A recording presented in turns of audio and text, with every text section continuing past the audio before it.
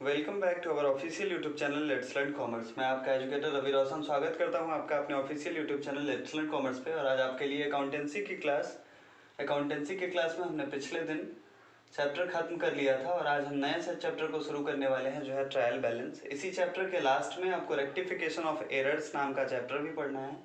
जानते हैं trial balance क्या है, उसके लर्निंग ऑब्जेक्टिव्स क्या हैं और फिर आज हम इस सेशन में क्या क्या कवर करने वाले हैं। इससे पहले अगर आप इस चैनल पर नए हैं तो चैनल को सब्सक्राइब कर लें, बेल आइकन प्रेस कर दें नोटिफिकेशंस के लिए, ज़्यादा से ज़्यादा लाइक और कमेंट और शेयर करें। तो आइए शुरू करते हैं अपना आज का ये क्लास और देखते हैं सबसे पहले आज के इस चैप्टर का क्या थीम है, क्या इसके लर्निंग ऑब्जेक्टिव है। तो लर्निंग ऑब्जेक्टिव में सबसे पहले हम जानेंगे ट्रायल बैलेंस का मीनिंग, फिर बात करेंगे हम ऑब्जेक्टिव ऑफ प्रिपरेशन, इसको क्यों बनाए जाते हैं, इसका क्या उद्देश्य है बनाने का। फिर फॉर्मेट ऑफ ट्रायल बैलेंस को देखेंगे, उसके एग्जांपल्स को देखेंगे, ट्रायल बैलेंस को बनाना सीखेंगे, उसके स्टेप्स को देखेंगे, एरर्स किस किस तरह के होते हैं। ट्रायल बैलेंस बनाने के बाद अगर हमें ये पता चल रहा है कि डेबिट साइड का बैलेंस अलग है, क्रेडिट साइड का बैलेंस अलग है, दे डू नॉट टैली, तो फिर हम वहाँ एरर को फाइंड आउट करेंगे कि कहाँ पे एरर है। Various process of locating errors, अब इस एरर को फाइंड आउट करने के लिए जो प्रोसेस हैं उसको हमें समझना है इस चैप्टर में।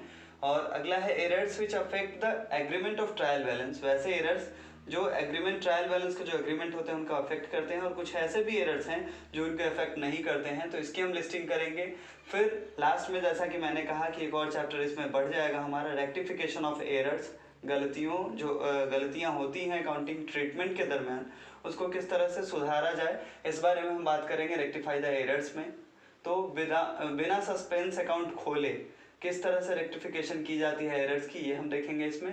और फिर लास्ट में हम जानेंगे कि सस्पेंस अकाउंट को खोल के किस तरह से रेक्टिफिकेशन एरर्स की जाती है। ट्रायल बैलेंस हमारा चैप्टर है। ट्रायल का मतलब होता है किसी चीज़ का जांच करना, किसी चीज़ के बारे में और ज़्यादा पता लगाना, और बैलेंस का मतलब यहाँ पे है कि जो हमने अकाउंटिंग रिकॉर्ड्स रखे हैं, जैसा कि मैंने आपको बताया था शुरू के ही दिनों में, हमने जर्नल किया, उसके बाद हमने जर्नल से पोस्टिंग की लेज़र में, तो अब हमने जो ये सारे काम किए हैं वो सही है या नहीं, उनके अकाउंटिंग रिकॉर्ड सही है या नहीं, इस चीज़ का पता लगाने के लिए, इस चीज़ को प्रूव करने के लिए जो हम उपाय लगाते हैं, जो हम टेक्निक अप्लाई करते हैं, उसी को ट्रायल बैलेंस के नाम से और हिंदी में तलपट के नाम से हम जानते हैं। ठीक है, आगे लिखा है इसका definition, a trial balance is a statement showing the balances और total of debit and credit of all the accounts in a ledger. मतलब कि आपने जर्नल करने के बाद जितने भी लेजर बनाए हैं, कैश अकाउंट है, बैंक अकाउंट है, किसी का पर्सनल अकाउंट है, क्रेडिटर्स अकाउंट है, एसेट्स अकाउंट है, प्रीपेड एक्सपेंसेस अकाउंट है, प्रीपेड इनकम अकाउंट है, जो भी है आपने जितने भी बनाए हैं उन सब के बैलेंस को ये जो है शो करता है। ठीक है, उसके बाद हम डेबिट और क्रेडिट का टोटल अमाउंट यहाँ जोड़ के निकालते हैं। और फिर आगे लिखा है with a view to verify the arithmetical accuracy, और इस उद्देश्य से ऐसा हम करते हैं ताकि उसके अंक गणितीय शुद्धता को, अरिथमेटिकल एक्यूरेसी को हम जांच सकें और posting into the ledger account. आगे है it shows final position of all accounts, और ये जो है फाइनल पोजीशन सारे अकाउंट्स के अंतिम स्थिति, निर्णायक स्थिति को बताता है। अब जैसे मान लीजिए कि जब हम बैलेंस शीट बनाने चले, उसमें हमें क्रेडिटर्स दिखाना है कि हमारा क्रेडिटर्स कितना है साल के अंत में, तब आप जर्नल में चेक करेंगे, फिर लेजर में चेक करेंगे, तो वो काफ़ी लेंदी हो जाएगा। ठीक है, तो हम सीधे क्या करते हैं, ट्रायल बैलेंस देखते हैं। ट्रायल बैलेंस में जो दिखाई दे रहा होता है क्रेडिटर्स का बैलेंस, उसे उठा के हम डाल देते हैं अपने बैलेंस शीट में। तो ये काफ़ी आसान कर देता है हमारे फाइनेंशियल स्टेटमेंट्स को बनाना, जो हम लास्ट में बनाते हैं। ठीक है, किसी भी फाइनेंशियल ऑर्गेनाइजेशन में। तो वही लिखा है it shows final position of all accounts and help in preparation of final statement. ये हमें सारे अकाउंट्स के बारे में पूरा डिटेल देता है और फिर at last it helps in preparing the final statement, just like balance sheet, profit and loss account, trading account etcetera. Clear है? चलिए आगे बढ़ते हैं हम और जानते हैं कि इसके क्या ऑब्जेक्टिव्स हैं, इसे क्यों बनाया जाता है। तो इसके ऑब्जेक्टिव्स जो है बनाने के, पहला है to ascertain the arithmetical accuracy of ledger. ठीक, मैंने पहले भी आपको बता रखा है कि किसी भी चीज़ के कैरेक्टरिस्टिक की अगर बात करी जाए क्वेश्चन में, ऑब्जेक्टिव की बात करी जाए, तो वो जनरली कहाँ से उठाया जाता है, वो उठाया जाता है उसके डेफिनेशन से। और अभी अभी मैंने जब आपको डेफिनेशन बताया ट्रायल बैलेंस का, तो वहीं पे इस बात की जिक्र की गई थी कि ट्रायल बैलेंस जो है बेसिकली क्यों बनाते हैं हम। तो basically basically we make trial balance to know the arithmetical accuracy, to prove the arithmetical accuracy of laser. Okay, तो जर्नल और लेजर के जो अरिथमेटिकल एक्यूरेसी हैं उनको प्रूव करने के लिए हम बनाते हैं ट्रायल बैलेंस. ऑलराइट, आगे है to help in locating errors. अब जब हम ट्रायल बैलेंस बनाएंगे तभी तो हमें पता चलेगा कि एरर्स कहाँ पे हैं, बैलेंस क्यों मैच नहीं कर रहा है डेबिट और क्रेडिट का. ठीक है, तो ऐसे कंडीशन में क्या होता है कि हम एरर्स को लोकेट करने में इससे आसानी मिलती है. और अगला है to help in the preparation of financial statement.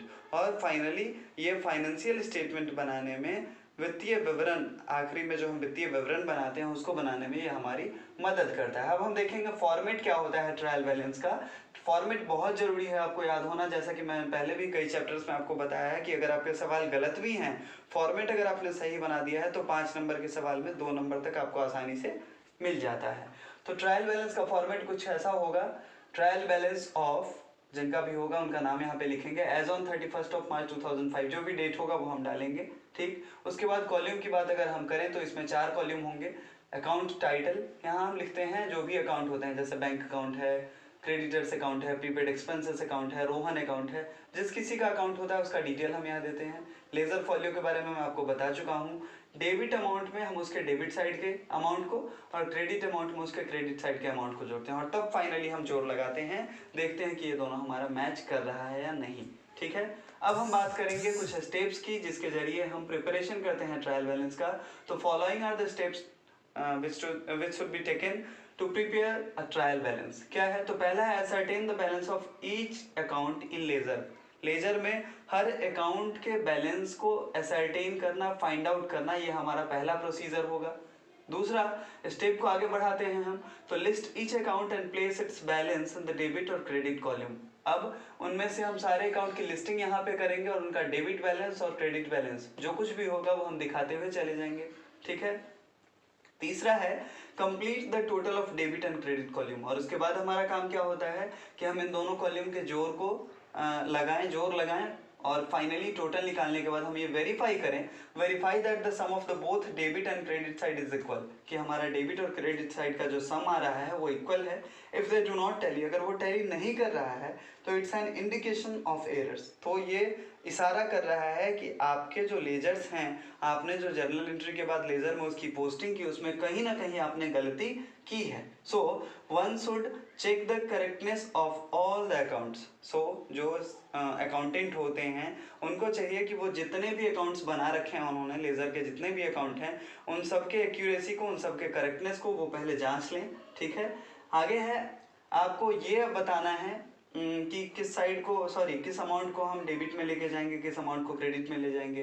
या हमें ये कंफ्यूजन होती है कि किसका डेबिट बैलेंस होता है, किसका क्रेडिट बैलेंस होता है. तो इसके बारे में मैंने आपको पहले भी कई चैप्टर में बताया है, फिर से बता दूं कि जितने भी एसेट्स होते हैं उनका डेबिट बैलेंस होता है, जितने भी एक्सपेंसेस होते हैं उनका डेबिट बैलेंस होता है, और जितने भी रिसीवेबल्स होते हैं, वैसा पैसा जो हमें मिलने वाला है, इन फ्यूचर हमारे पास आने वाला है, तो उसका भी डेबिट बैलेंस होता है. तो वही मैंने लिख दिया है पहले इक्वेशन में, all assets plus expenses plus receivables account बराबर डेबिट बैलेंस. क्लियर है.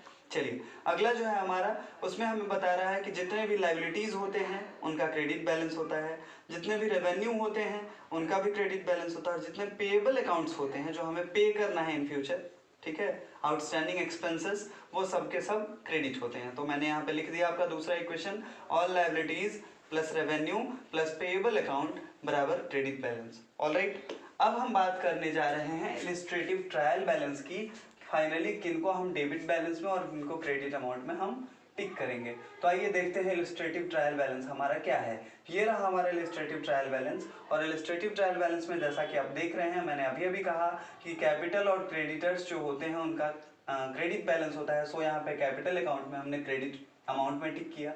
लैंड ऑन बिल्डिंग या बाकी के जो भी एसेट्स होते हैं उनका डेबिट बैलेंस होता है, तो लैंड एंड बिल्डिंग को है डेबिट में टिक किया, प्लांट एंड मशीनरी को भी डेबिट में टिक किया गया है, इक्विपमेंट अकाउंट को डेबिट में टिक किया गया है, फर्नीचर और फिक्सचर्स को, कैश इन हैंड को, कैश एट बैंक को, डेटर्स को, बिल्स रिसीवेबल को, स्टॉक को. वर्क इन प्रोग्रेस क्या होता है, आप अगर किसी फैक्ट्री में, मैन्युफैक्चरिंग यूनिट में काम कर रहे हैं तो जो सामान आपका अभी बना पूरी तरह से नहीं है, चल रहा है, उसमें आपका रॉ मटेरियल लग चुका है, उसी पार्ट ऑफ स्टॉक को हम वर्क इन प्रोग्रेस के नाम से जानते हैं।